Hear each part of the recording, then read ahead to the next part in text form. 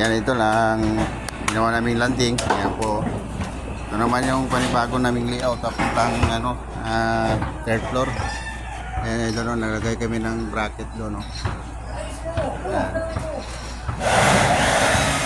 Ang ginamit pala namin bakal dito ay si channel. Ginamit namin pang kapal nito idol. Ito, si channel. Pang talaga pang frame sa hagdanan yan. Sobrang kapal yan. Kulang pa ng isa yan. Mamaya na namin ito kasi alas 12 na.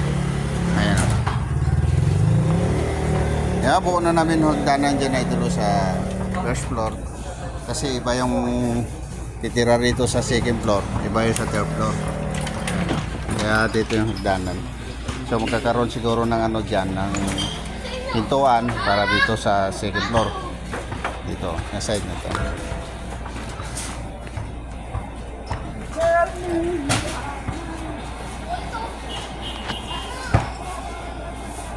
So, nandito na ito at blessing nyo lahat yan.